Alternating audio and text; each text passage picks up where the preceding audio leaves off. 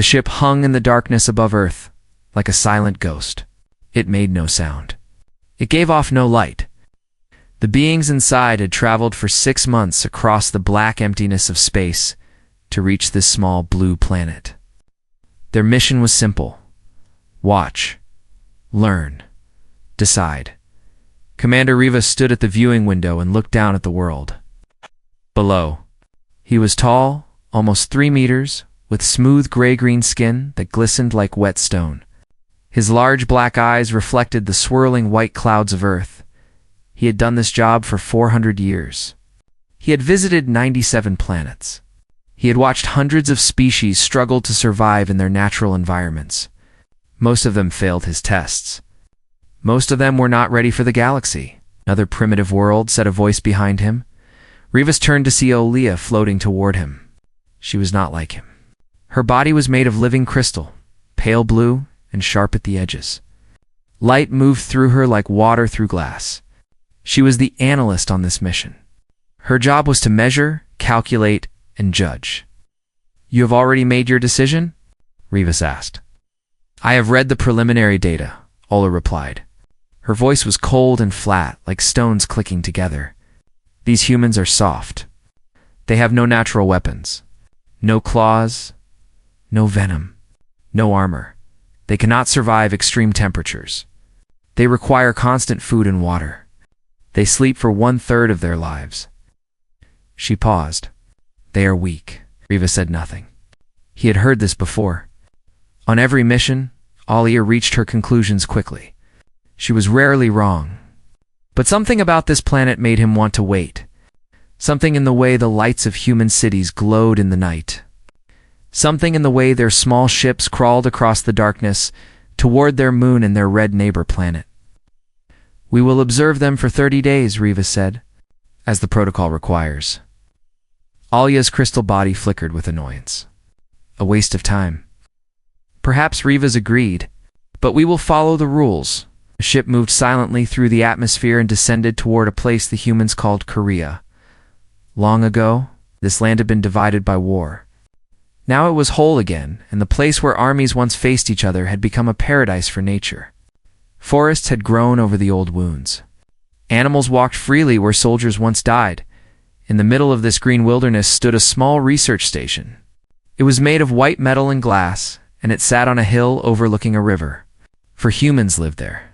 They studied the plants and animals of the forest. They were alone, far from the noise of cities. They were perfect subjects. Rivas chose a position on a nearby mountain. The ship landed softly and activated its hiding systems. To human eyes, it would look like nothing more than rock and shadow. "Begin observation," Rivas commanded, on the screens inside the ship. The 4 humans appeared. The first was a man named Jinho. He was 34 years old and led the small team. He was a doctor for animals, a healer of creatures that could not speak for themselves. He had kind eyes and a calm voice. The others looked to him when problems arose. The second was a woman named Yuna. She was 31 and knew everything about plants. She could name every tree in the forest, every flower, every vine. She also knew how to survive in the wild. She could find food where others saw only dirt and leaves. The third was a young man named Tyke. He was 28 and worked with machines. He kept the station running. When something broke, he fixed it. When something was impossible, he found a way. The fourth was the youngest, a woman named Hannah. She was 26 and handled all communication with the outside world. She was also the one who organized their data and kept their records. She smiled often and laughed easily. For the first 3 days, Rivas watched them work. They woke early. They ate together. They walked into the forest to collect samples and check on animals. They talked constantly about their work, about their families, about small things that seemed to mean nothing. Alia grew impatient. They are inefficient. They waste energy on unnecessary communication. They form attachments that serve no survival purpose. Rivas made notes, but did not respond. On the 4th night, everything changed. A storm came down from the mountains. It was massive, angry, full of lightning and screaming wind. The rain fell so hard that the river began to rise. The research station shook under the force of it. Then the power went out. Rivas watched the screens closely. In most species, this would trigger panic. The survival instinct would take over. Individuals would think only of themselves, but the humans did something strange. Jinho gathered the others in the main room. He spoke calmly, even though the building trembled around them. He gave each person a task. Tyke would go outside to check the generators. Yuna would secure the food and water supplies. Hannah would try to send an emergency signal. "What about you?" Hannah asked. "I will help Tyke," Jinho said. "The generators are heavy. He cannot lift them alone." They moved quickly, but without fear. Rivas leaned closer to the screen. This was not normal behavior. In dangerous situations, most species preserve themselves first. These humans were doing the opposite. They were putting the group before themselves. Outside, the storm raged. Tyke and Ginho worked in the rain and mud. Lightning struck a tree nearby. They did not run. They kept working. The generator was damaged, but Tyke found a way to connect parts from 3 broken machines into one working system. It should not have been possible. The technology was not designed for such modification. "How's he doing that?" Olia asked. Her voice had lost some of its coldness. Rivas did not answer. He was watching Jinho. The man was exhausted. His hands were bleeding, but he did not stop. He held a flashlight for Tyke. He passed tools. He encouraged. He stayed. 3 hours later, the lights inside the station flickered back on. The 4 humans stood in the main room, soaking wet, covered in mud, breathing hard. And then something happened that Rivas did not expect. They laughed. They laughed as if they had won a great victory. They hugged each other. Yuna made hot tea. Hannah found dry clothes for everyone. Tyke collapsed into a chair and said his back would hurt for a week. Jinho smiled and said nothing, but his eyes were bright with something Rivas could not name. Olia was silent for a long time. "I do not understand," she finally said. "They nearly died. Their shelter almost failed. They should be traumatized. They should be angry. Why are they happy?" Rivas looked at the screen. The 4 humans sat together, drinking tea, talking softly as the storm continued outside. They had faced death and pushed it back with their bare hands. And now, they were at peace. "I do not know," Rivas admitted. "But I want to find out." He opened his log and began to write his first report to the Galactic Union. Day 4. Preliminary assessment may require revision. Humans display unexpected resilience. They work together without apparent self-interest. They find satisfaction in shared survival. Further observation recommended. Paused, then added one more line. These creatures are strange. I do not think our categories will contain them. Outside, the storm slowly died. Inside the station, the humans fell asleep, one by one, safe and warm. Watched by eyes they did not know existed, and in the hidden ship on the mountain, Rivas felt something he had not felt in 200 years. Curiosity. 2 weeks passed. Rivas barely slept. He could not stop watching. Every day brought new confusion. Every day, the humans did things that made no sense. Alia filled report after report with data that did not fit any known pattern. The Galactic Union had studied more than 12,000 intelligent species. They had categories for everything: predators, prey, hive minds, lone hunters, cooperative societies, competitive societies. Every species fit somewhere. Humans did not fit anywhere. The first major anomaly came on day 9.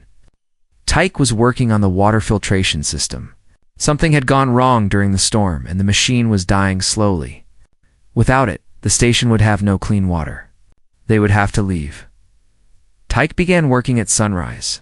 He did not stop for breakfast. He did not stop for lunch. He barely stopped to drink. Ginho came to check on him several times and offered to help, but Tyke shook his head. I know this machine, Tyke said. I can save it. I just need more time. Night came. Tyke kept working. His eyes were red. His hands trembled from exhaustion. Yuna brought him food, but he only ate a few bites before returning to his task. Hannah sat with him and talked to keep him awake. 19 hours. Tyke worked for 19 hours without rest. Alia ran the numbers 3 times. "This is impossible," she said. "No known species operates past their fatigue threshold voluntarily. The body shuts down. The mind stops functioning. How is he still moving?" Rivas watched as Tyke finally connected the last component. The machine hummed back to life. Clean water began to flow. Tyke sat down on the floor and closed his eyes. He did not move for a long moment. Then Jinho was there, helping him stand, guiding him to his bed. "Thank you, Jinho," said simply. "You saved us." Tyke smiled weakly. "Someone had to." Rivas made a note in his log. Anomaly 1. Humans can override their biological limits through will alone. Cause unknown. Effect significant. The second anomaly came 3 days later. Yuna was walking in the forest collecting plant samples when she found the deer. It was young, barely grown, and its leg was broken. It lay in the grass, breathing fast, eyes wide with fear. Any logical species would do one of 2 things: ignore the animal, because it offered no benefit, or kill it quickly, because injured prey was easy food. Yuna did neither. She knelt beside the deer and spoke softly. She examined the leg carefully. Then she called Jinho on her radio. For the next 4 days, the 2 of them cared for the deer. They set its leg with a splint made from branches and tape. They brought it water and food. They built a small shelter to protect it from rain. Every morning and every evening, one of them walked into the forest to check on it. Alia was completely lost. "I do not understand the purpose," she said. "The deer is not food. The deer is not useful. The deer cannot help them in any way. Why are they spending valuable resources on it?" Revis thought for a long time before answering. Perhaps they do not need a purpose. Everything needs a purpose, perhaps not for them. On the 4th day, the deer stood on its own. It was shaky and weak, but it walked. Yuna watched it limp away into the trees. She was smiling, but her eyes were wet. "Be safe," she whispered. Rivas added to his log. Anomaly 2. Humans form emotional connections with creatures that provide no benefit. They invest time, energy, and resources for no logical reason. Possible explanation: they simply care. But it was the 3rd anomaly that truly shook him. It happened on day 17. A fire broke out in the storage building. Old wiring, dried wood, and bad luck combined to create flames that spread fast. Smoke poured from the windows. Alarms screamed. Rivas watched the humans emerge from the main building. They saw the fire. They saw the danger. And then Ginho did something that defied every survival instinct known to the galaxy. He ran toward the flames, not away toward. "What is he doing?" Alia demanded. "The fire will kill him. The logical response is to flee and let the building burn." But Jinho did not flee. He covered his face with his shirt and crashed through the door. Smoke swallowed him. For 30 terrible seconds, Rivas could not see him on the sensors. Then Jinho emerged. His arms were full of boxes. Medical supplies. Emergency equipment. Things the team needed to survive. His hands were burned. His face was blackened with ash. He collapsed on the grass, coughing and gasping for air. Yuna and Tyke rushed to help him. Hannah was already calling for emergency medical support from the nearest city. "Why?" Alia asked. Her voice was quiet now, almost confused. Why did he risk his life for objects? Rivas did not answer right away. He was watching Yuna bandage Jinho's burns. He was watching Hannah hold Jinho's hand and tell him everything would be okay. He was watching Tyke put out the last of the flames with a fire extinguisher. The objects were not for him, Rivas finally said. They were for the others. The medical supplies. The emergency equipment. If someone else got hurt, those things would save them. So he damaged himself to protect others. Yes, Ola was silent. Her crystal body flickered with colors Rivas had never seen before. She was thinking hard. I need to send a request to Union Command, Revis said. I need guidance. These humans do not match any species in our database. What will you tell them? Revis opened a new transmission. He thought carefully about his words. Requesting protocol clarification. Subjects display contradictory survival behavior. They push past physical limits without external motivation. They bond emotionally with non-beneficial organisms. They damage themselves to preserve others. None of this matches established sentient patterns. Please advise. He sent the message into the darkness of space. The response would take 3 days to arrive, but something else happened first. It was Hana's birthday. Revis did not understand birthdays at first. In most species, the day of one's creation was either ignored or marked with practical rituals. But humans celebrated it differently.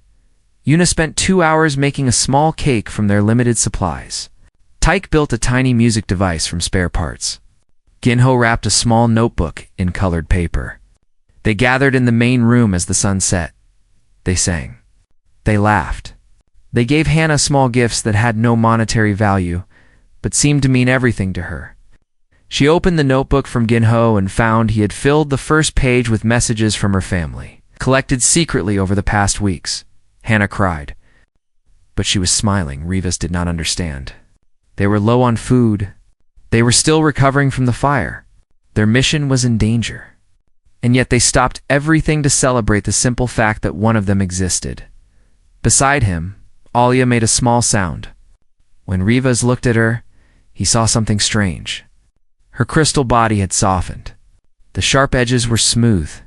The cold blue light had become warmer. My analysis system crashed, she said quietly. What happened?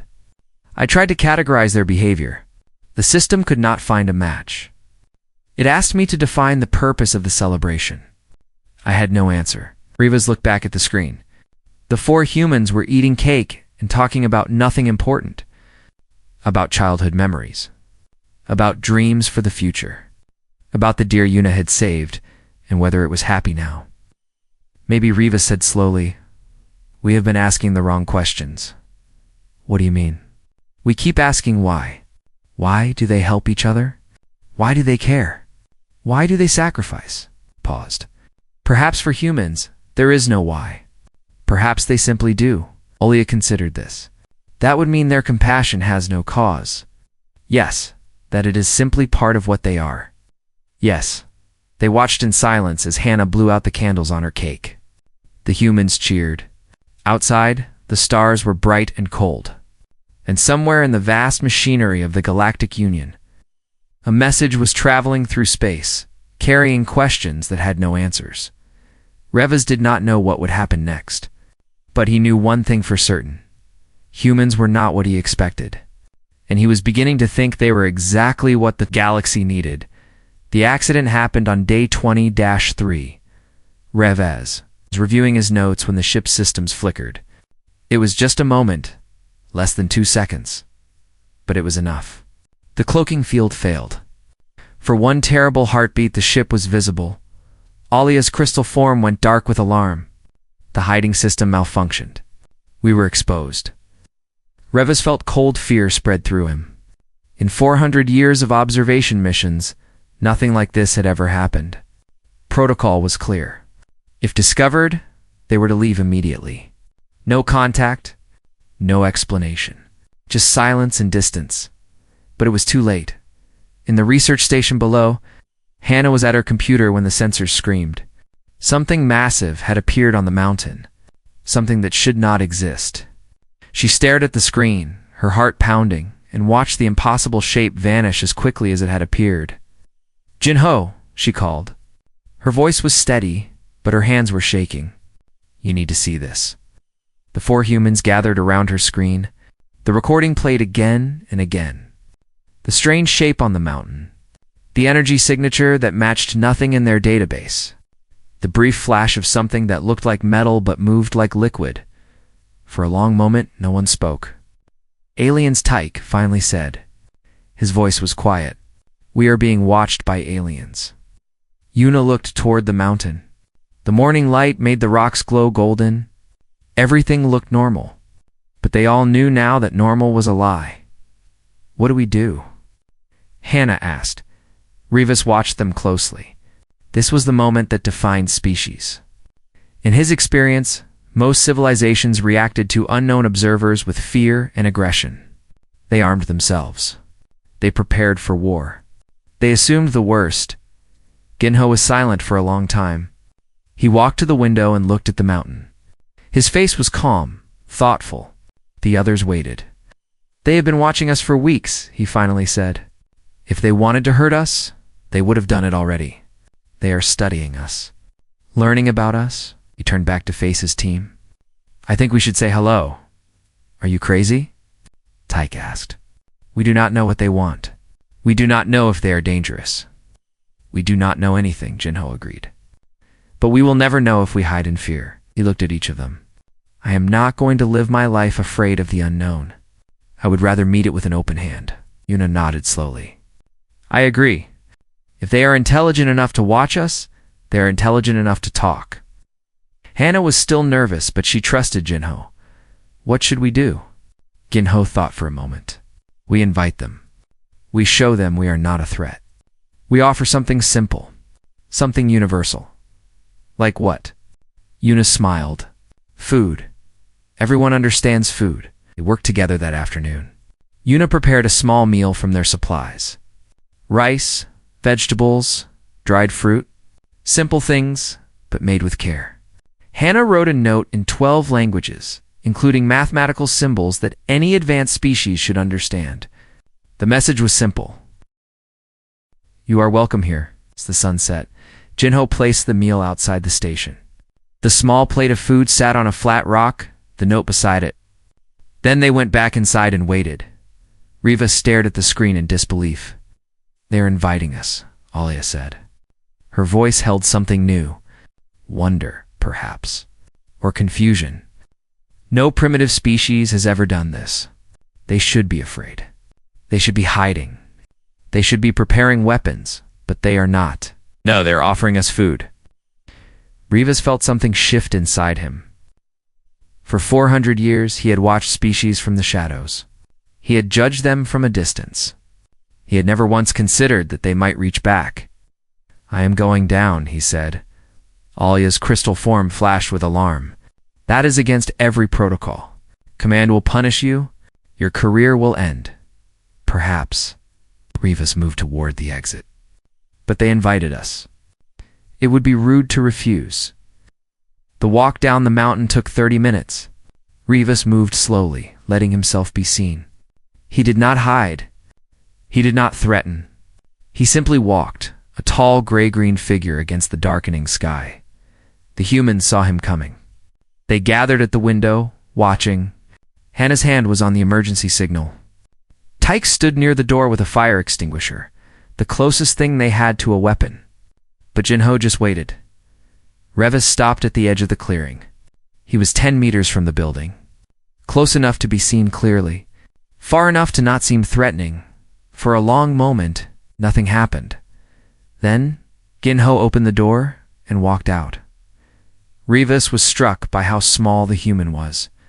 Ginho barely reached his chest. His body was soft, unprotected. His eyes held no predator's sharpness, and yet he walked forward without fear. Hello, Jinho said. His translator device beeped and flickered, trying to process the alien presence. My name is Jinho. Welcome to our home. Rives's own translator struggled. The human language was strange, full of subtle sounds and hidden meanings. But eventually, the words came through. I am Rivas, he replied. His voice was deep and rough, like rocks grinding together. I did not expect you to greet me. Why not? Most species run. Most species fight. Most species do not offer food to unknown visitors. Ginho smiled. It was a strange expression, this lifting of the mouth, this showing of teeth. In most species, showing teeth meant threat. But somehow, Rivas understood that this meant something different. We are not most species, Ginho said. Would you like to come inside? Yuna makes excellent tea. The next few days changed everything Rivas thought he knew. He sat with the humans in their small common room. He drank their tea, which tasted like nothing he had ever experienced. He answered their questions, which were not what he expected. They did not ask about technology. They did not ask about weapons. They did not ask about power or territory or conquest. They asked about his home. What did the oceans look like on his planet? What did his people eat? Did they have families? Did they have music? Did they dream? Hannah showed him pictures from Earth, mountains and oceans, cities and forests, children playing, old people laughing. She explained each image with such care, such pride. "This is my grandmother," she said, pointing to a woman in one photograph. "She died 2 years ago, but I carry her picture everywhere I go." Rivas did not understand. "Why, she is gone." "Because I loved her. Because she is part of who I am. Because keeping her picture close makes me feel like she is still with me." Tyke showed him his tools. He explained how each one worked, how he had built some of them himself. His eyes lit up when he talked about machines. He was not proud of what the machines could do. He was proud that he understood them. Una took him into the forest. She showed him plants and animals, named them all, explained their connections. She touched a tree trunk with reverence. "This tree is 300 years old," she said. "It was here before my country existed. It will be here after I am gone. I think about that sometimes. How small I am. How brief. But also how lucky I am to stand here in this moment and see it." Rivas returned to the ship each night. Alia was waiting, full of questions. "What did you learn?" "I learned that they carry their dead in their hearts," Rivas said. "I learned that they find joy in understanding. I learned that they see themselves as small and brief, and this makes them grateful rather than afraid." "That is not logical," Rivas agreed, "but it is beautiful." On the 5th day, Ola came down from the ship. She had never intended to, but she could not stay away. The curiosity was too strong.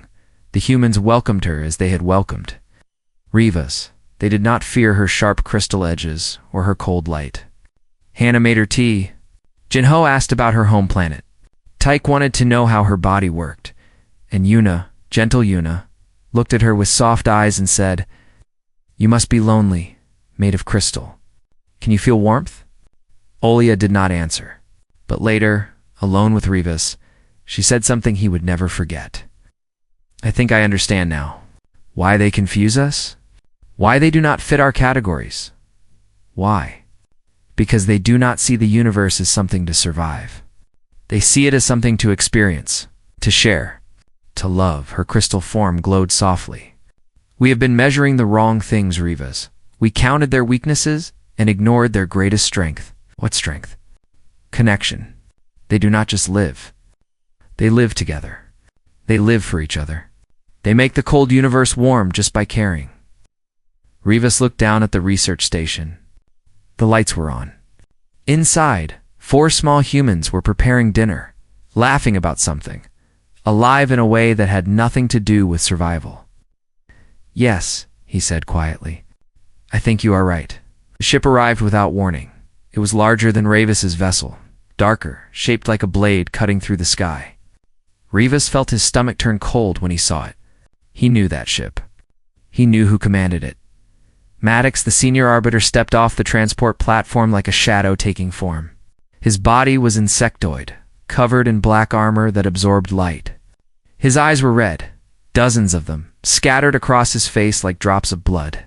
He had served the Galactic Union for 2,000 years.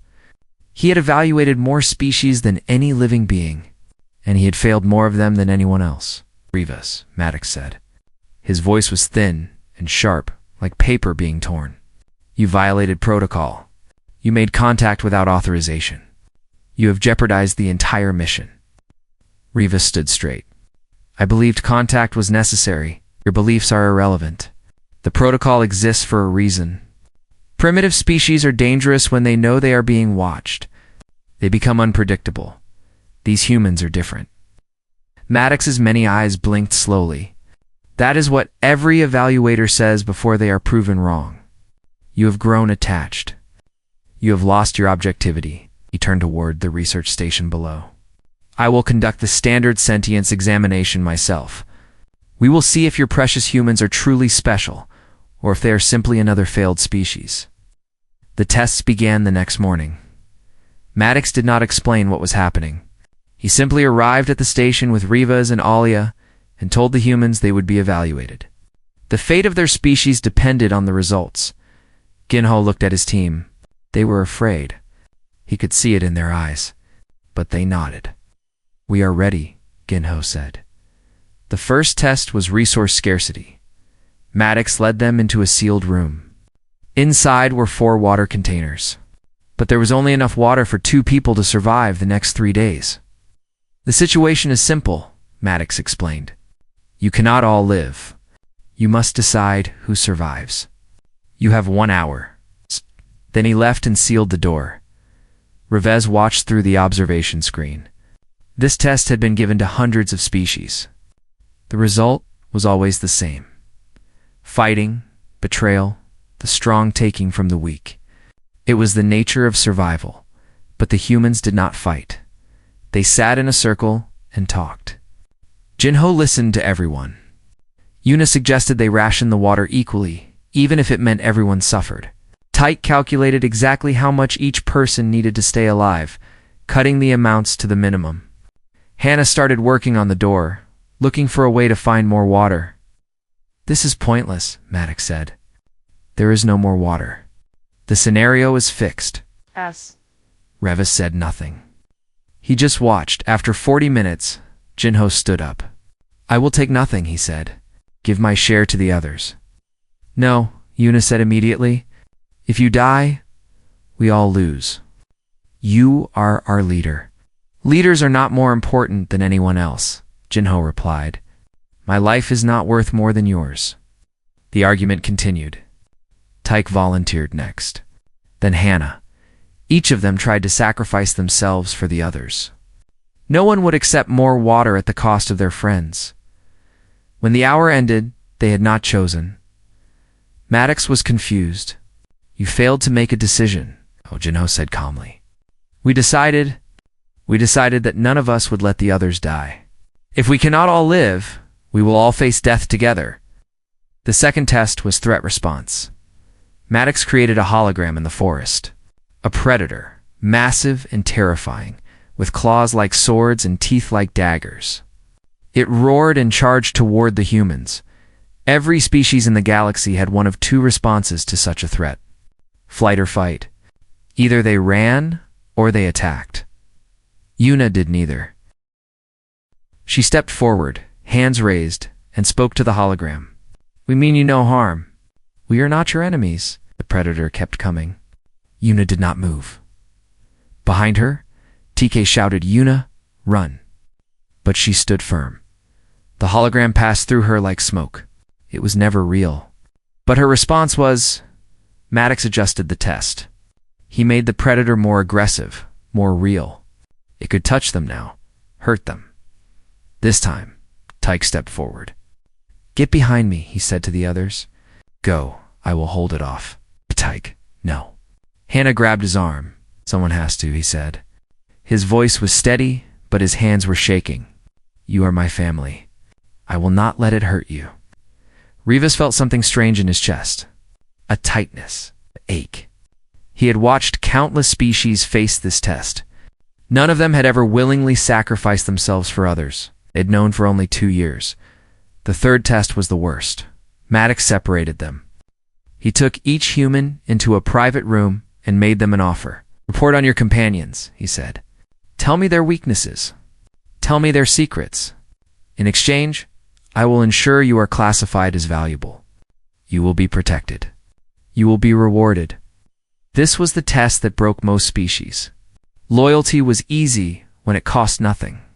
But when betrayal meant survival, almost everyone betrayed. Ginho listened to the offer. Then he laughed. "You do not understand us," he said. "Yuna, Tyke, and Hannah are not my companions. They are not my colleagues. They are my family. I would die for them. I would die 100 times for them. You could offer me the galaxy, and I would refuse." Yuna was quieter, but her answer was the same. "I have nothing bad to say about them. They are good people. The best I know." Tyke was angry. This is a trick. You want us to turn on each other. But we will not. We are stronger together than any of us is alone. Hannah simply smiled. You do not know us very well, do you? All four refused. Not one of them considered betrayal. Not for a moment. Maddox stood in the observation room, his red eyes flickering with something Rivas had never seen before. Uncertainty. The tests are complete, Maddox said. I will compile my report for the Galactic Union. What will you tell them? Rivas asked. Maddox was silent for a long time. His black armor seemed less sharp now, less cold. When he finally spoke, his voice was different, softer, almost confused. I have given the standard sentience examination to 472 species. 361 failed immediately. 98 failed within the first test. 12 made it to the third test. 1 passed all 3, and the humans? The humans did not pass. Maddox turned to face Rivas. They broke the tests. They refused to follow the rules. They would not let each other die. They would not run from danger. They would not betray. The examination was not designed for this. I do not know how to classify them. Rivas felt hope rise in his chest. Then what will you recommend? I will recommend extended observation. The humans require further study. They do not fit our categories. Maddox paused. But I will also note something in my report. Something I have never noted before. What? That I was impressed. Later that night, Rivas visited the humans. They were exhausted, shaken, still recovering from the tests. But they were together. They were alive. Jinho looked up when Rivas entered. Did we fail? Rivas thought about the question. In the strict terms of the examination, yes, they had failed. They did not make the expected choices. They did not follow the logic of survival. But they had done something more important. They had shown that survival was not the only thing that mattered. No, Rivas said. You did not fail. You taught us something we forgot long ago. What? Rivas sat down with them. His large body looked strange among the small humans, but somehow it felt right. That the strongest species are not the ones who survive alone. They are the ones who survive together. He looked at each of them. The galaxy has 3,000 species. Most of them are powerful. Most of them are ancient. Most of them have forgotten how to care about anything but themselves. You reminded us what we lost. Ginho smiled. That strange, warm, human expression that had confused Rivas so much at first. Thank you, Jinho said, for listening. For seeing us. Rivas nodded. He did not trust his voice. Something was happening inside him. Something that felt like change. He had spent 400 years judging species. Now, for the first time, he wondered if he had been judging them wrong. The Galactic Assembly Hall was the largest structure Rivas had ever entered. It floated in the void between stars, a sphere of light and metal that held representatives from 3,000 species. Every shape imaginable filled the curved seats. Creatures of crystal and shadow, beings of fire and ice, minds that existed as pure energy, bodies that stretched across dimensions humans could not see. Rivas stood at the center of it all, small and alone. The Grand Council watched from above. 12 ancient beings who had guided the Union for 10,000 years. Their eyes, in whatever form they took, were fixed on him. Commander Rivas, the council speaker said, her voice echoed through the hall like thunder. You have submitted your evaluation of the species known as humans. You have requested the right to present your findings in person. This is unusual, it is Rivas agreed. His voice felt thin in the vast space. But the humans are unusual. We have read your preliminary report. We have read Arbiter Maddox's examination results. Speaker paused. The data is contradictory. The humans failed the standard sentience examination. And yet you recommend we extend formal contact. Explain. Rivas had prepared for this moment for weeks. He had written speeches, organized arguments, gathered evidence. But standing here, facing the assembled power of the galaxy, he realized that none of it mattered. The truth was simpler than any argument. I have served the Galactic Union for 400 years, Rivas began. I have visited 97 planets. I have watched hundreds of species struggle, survive, and fail. I thought I understood what made a species worthy of joining us. Strength, intelligence, technology, the ability to survive. He paused and looked around the hall. So many eyes. So many minds. All waiting. I was wrong. The hall went silent. Even the ancient beings of the council seemed surprised. The humans are weak, Rivas continued. They are slow.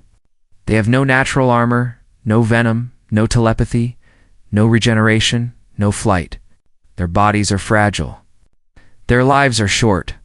By every measure we use, they should be nothing. A primitive species on a small planet, barely worth noticing. He took a breath. But they have something we do not measure? Something we forgot existed. They choose to care. Rivas called up images on the hall's display. The dear Eunice saved. The fire Jinho ran into. The birthday celebration. The 4 humans standing together after the tests, refusing to let each other go. They bond with creatures that offer them nothing. They run toward danger to save others. They share their food when they are starving. They forgive those who wrong them. They carry their dead in their hearts and find reasons to laugh in darkness. His voice grew stronger. We evaluated them as animals in the wild. We tested their survival instincts. We expected them to behave like every other species. Fight or flee. Betray or be betrayed. Take what you can. Save yourself. They refused. Rivas stepped forward, closer to the council. In the resource scarcity test, they chose to die together, rather than let any one of them live by taking from another. In the threat response test, they tried to communicate with the predator. When that failed, one of them offered his life so the others could escape. In the betrayal test, all 4 refused to speak against their friends, even when promised safety and reward. He let the images fade. I have seen 3,000 species in the Union archives. I have read 10,000 years of records. We have met conquerors and builders, survivors and dreamers, but I have never seen this. I have never seen a species that makes compassion their first response, that treats strangers as friends, that sees weakness as a reason to protect rather than exploit. Rivas looked up at the council. Humans are not the strongest species in the galaxy. They are not the smartest or the oldest, but they may be the kindest, and I believe that is what we need. The galaxy is vast and cold.